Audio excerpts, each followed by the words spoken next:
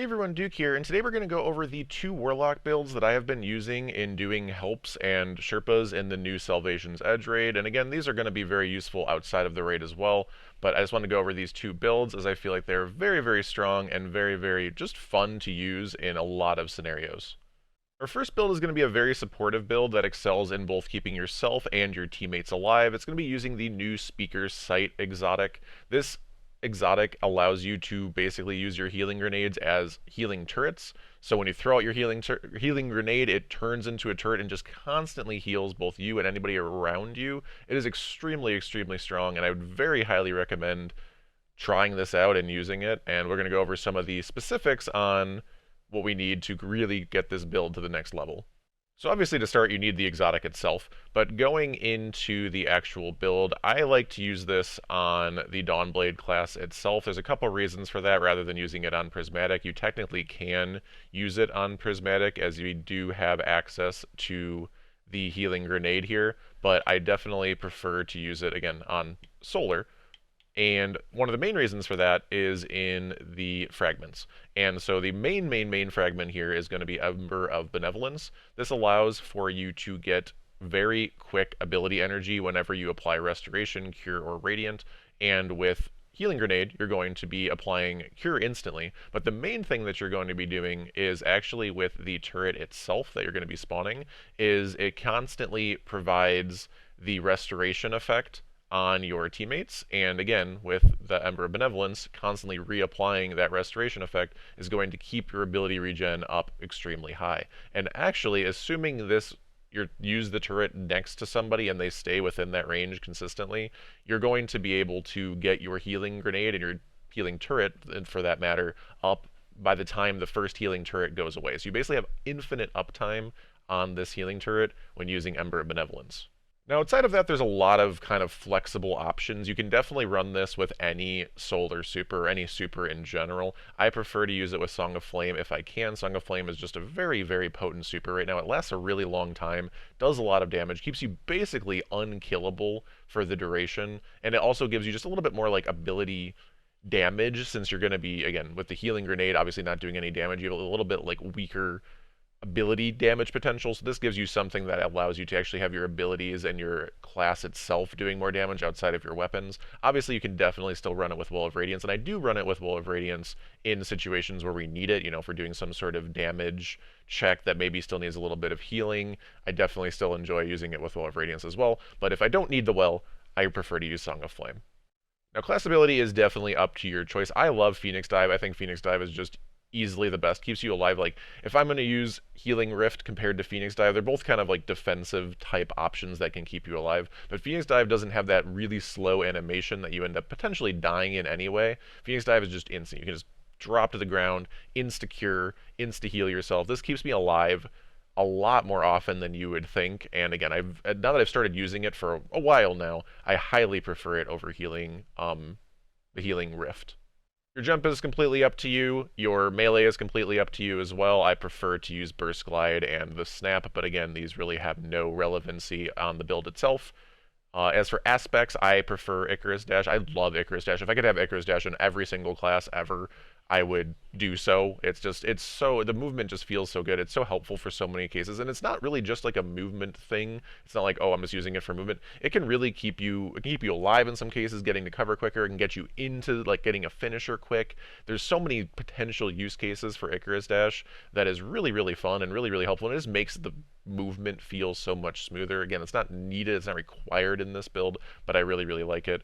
As for your second aspect, this is an absolutely must include. This is Touch of Flame, and again, this is the other main reason why I would really recommend running this on Solar versus Prismatic, as you cannot have Touch of Flame on Prismatic. But this is going to allow your healing grenade to do two things. First, when you throw it down, it's going to give you Cure ×2 instead of Cure ×1, so it's going to heal you a bigger chunk right away. But that's kind of the smaller thing. The bigger thing is when the turret is applying to you, and constantly refreshing to both yourself and your teammates, it is going to give you Restoration ×2 instead of Restoration ×1. And that Restoration ×2 is a much bigger amount of healing constantly being applied to you. It's going to keep you and your teammates alive a lot stronger than Restoration ×1 is. So Touch of Flame, to me, is a completely must include here. Again, this this aspect, you have some different options. You can really run whatever you'd like, but must run Touch of Flame to really get the biggest benefit out of this build. As for fragments, again, we already talked about Ember of Benevolence. Again, this is the must include here. The other fragment I would highly recommend, again, depending on what you're using, is going to be Ember of Empyrean. This is going to allow for solar weapons to extend that restoration that you're going to be applying to yourself, right? And again, as we talked about with Touch of Flame, you're getting ×2 restoration from the turret applying to you, and then anytime you're getting kills, you're going to be able to get that even stronger, again, assuming you're using solar weapons. Now, there's a lot of great solar weapons in the game. Sunshot, Zali's Bane have been popular from last season and into this season. I'm still running them a lot. You have multiple different types of solar machine guns. You have fixed odds. You have Avalanche from the winter event. You have the Trials machine gun that the name is not popping into my head at this current moment, but there's lots of different solar weapons that you can use to kind of consistently get kills here.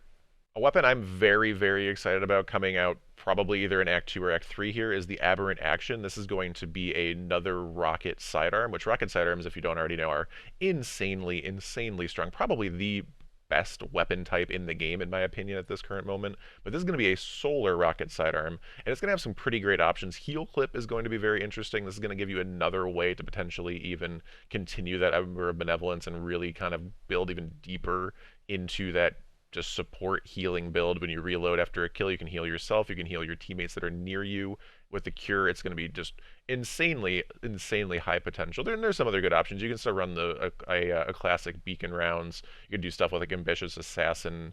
There's some different options here. You can even go into like something like Strategist. I know this is a trait that a lot of people are liking lately, and it's going to allow you to get that class ability energy up quicker and more often for Phoenix Dive, and just more ways to survive in that way as well. But the main side of this too, again, outside of it being solar, so it works with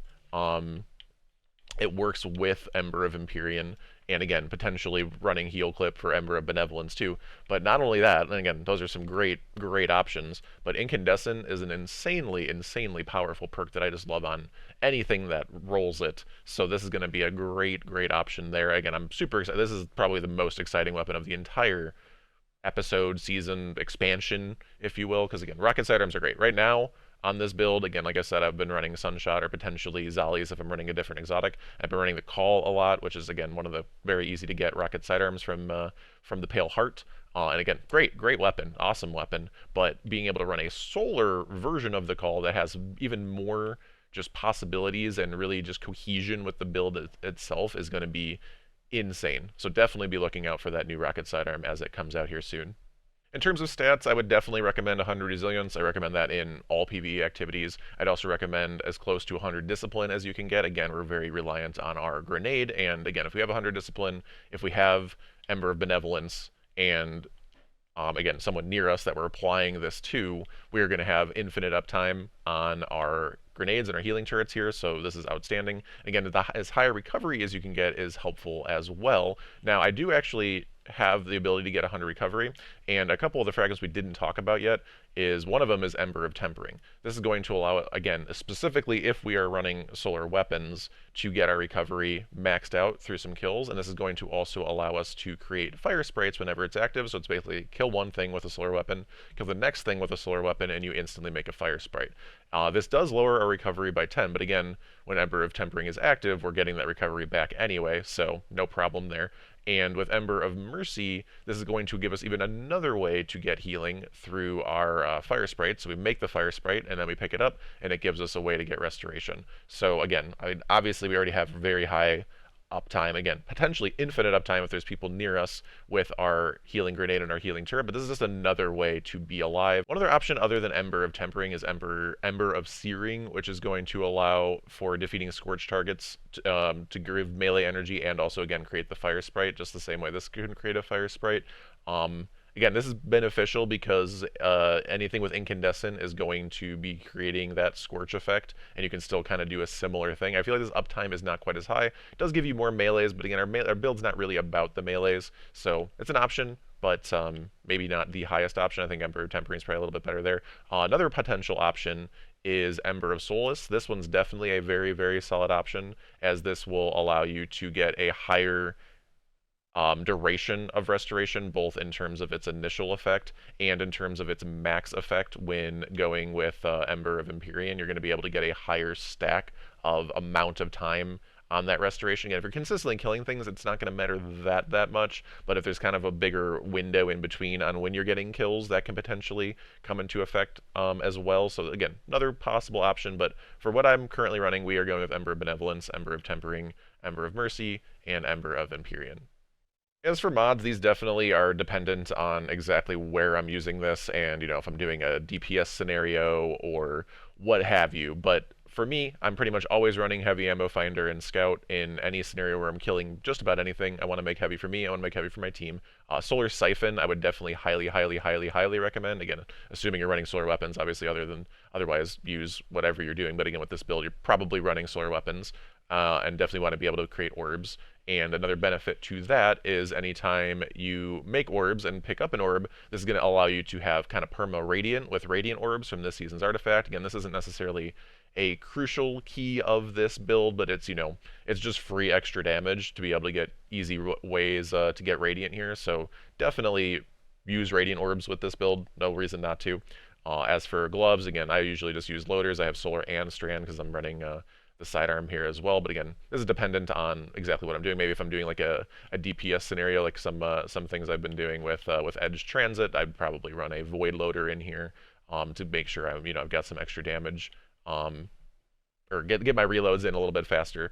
But again, can kind of run what you want there. As for chest piece, I'm always running resistance mods. It, again, depends on the encounter. I'll definitely adjust these depending on the encounter. But for right now, I just have one of each just as a kind of a, temp build or to kind of show what I usually use here. As for the leg armor, again, this is again going to depend on the specific use case. I definitely, again, enjoy recuperation as another way to be alive. For this build, do you need recuperation? Probably not.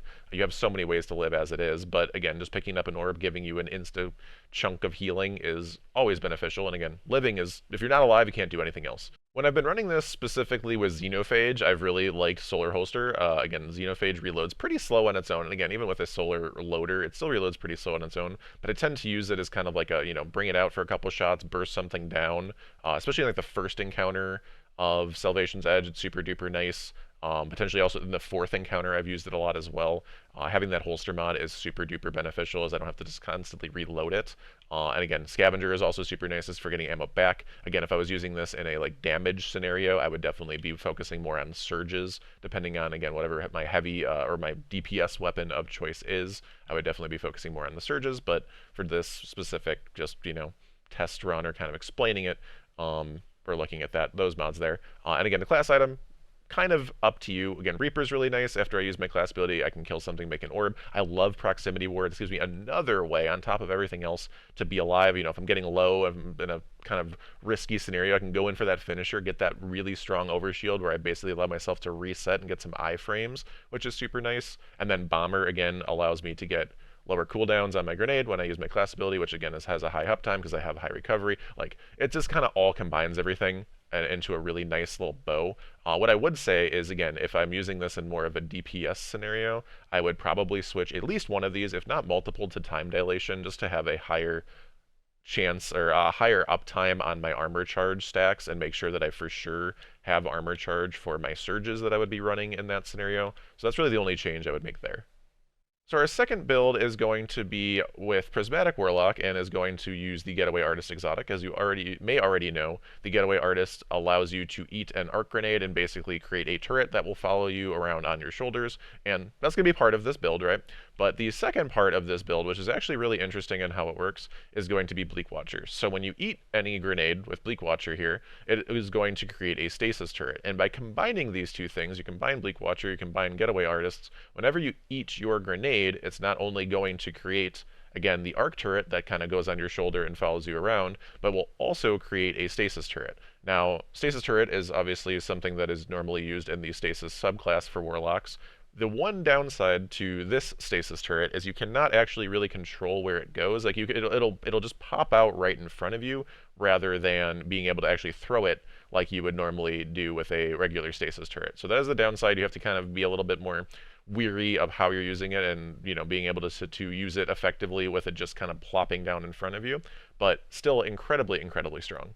Now, obviously with Prismatic, you have the option to run any super, and again, with this specific build, there's not really any reason you have to run any specific super. You could really do any one that you'd like. But again, I feel like, just like we talked about in the last build, I think Song of Flame is just a really potent super right now. It lasts so long, it does so much damage, it keeps you alive so well. Like, it's just really strong.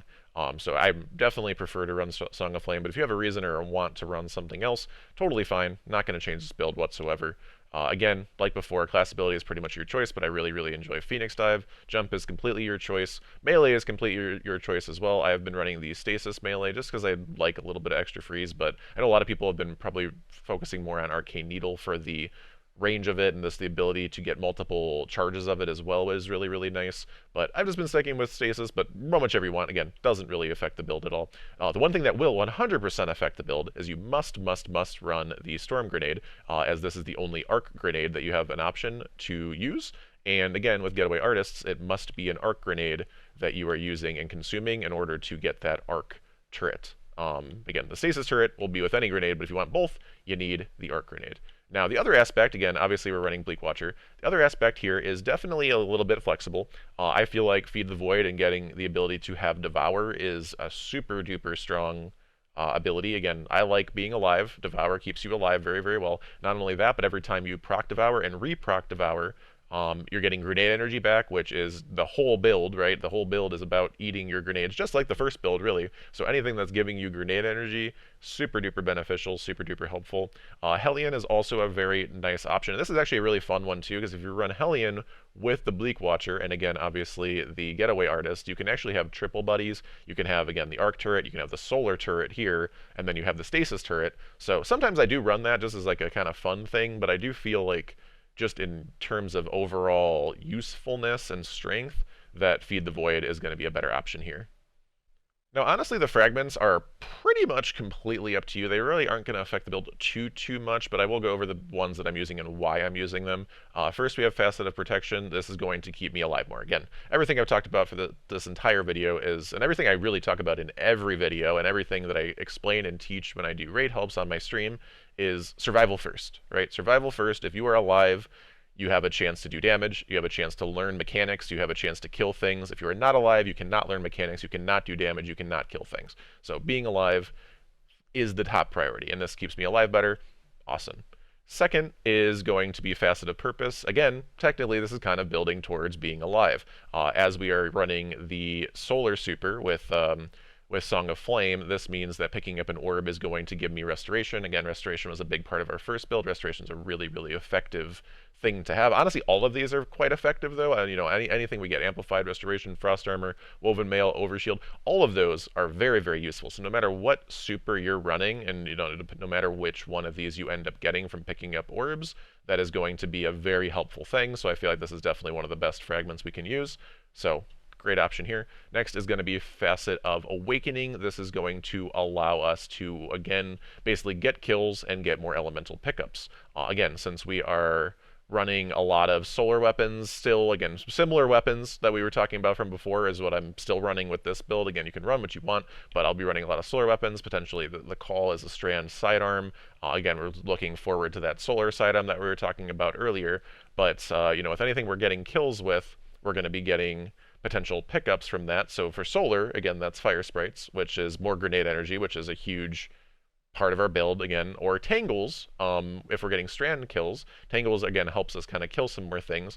And with this build in particular, getting those Tangles, I like to have Threaded Blast on my artifact. Again, not a crucial 100% necessary part of this build. It's not like, when this artifact goes away, this build is broken, but this is a nice extra benefit of this build. By getting those Tangles and then destroying it. Again, you're getting the Tangle by killing something with the Call in the first place. Again, you could technically run any strand weapon, but I think the Call is the best choice here. And then if you destroy it, again, with that same strand weapon, or any strand weapon, you will get a bigger explosion on your Tangle. So get the Tangle, explode it, get bigger explosion, more damage, more killing stuff. We like that. Also, while we're in the artifact, since we are on a prismatic subclass, we can technically kind of get multiple options here. Again, we can get amplified with our arc turret, so that can give us, again, more damage reduction, more being alive. As we talked about before with our solar class, now we're on prismatic, so it still works. Picking up an orb can make us radiant, which is awesome. And if we defeat any weakened targets, we can also get overshield. Technically, we don't really have any specific way to weaken with what we're doing here, but there's definitely weapons that you can run that have weakening effects, or if anybody on your team is doing anything with weakening, you can still run this and potentially get some extra little bit of benefits and an overshield as well. This one's probably the less important of the three, again, unless there's a specific way that you're going to be proccing this, but again, since prismatic works for all three of these, it's pretty nice. Next, we're running Facet of Hope. So again, while we have an elemental buff, which is going to be technically almost any of the things that we're getting from Facet of Purpose, but again, in this specific case, we're talking about restoration for the most part, or potentially also radiant from picking up orbs from the artifact. This will allow our class abilities to regenerate more quickly. So again, we get more Phoenix Dives, more ways to live there. And our final fragment is Facet of Balance. This is going to allow us to, again, get more energy for abilities. Our light damage is going to give us melee energy, which is, hit or miss, not crucially important, but helpful. But any sort of kills we get with darkness damage is going to give us grenade energy, which again, grenade energy is our entire build. So again, for right now, this build in particular might actually still end up working better with the call versus, again, the new solar sidearm we talked about for the last build, just as this is a darkness weapon and gives you a lot of potential to get a lot of kills to get more grenade energy through Facet of Balance. But we'll have to see kind of when that changes and when we get that new solar rocket sidearm. But for now, super duper useful fragment towards getting more grenade energy. And that's all for today. I hope these two builds were helpful to you Warlock players out there, or maybe even convert somebody to a new Warlock player, or if you don't play Warlock a ton, gets you interested in playing Warlock. I've been enjoying both of these builds a ton, and they have been extremely strong. And as always, thank you so much for watching, and have a wonderful day.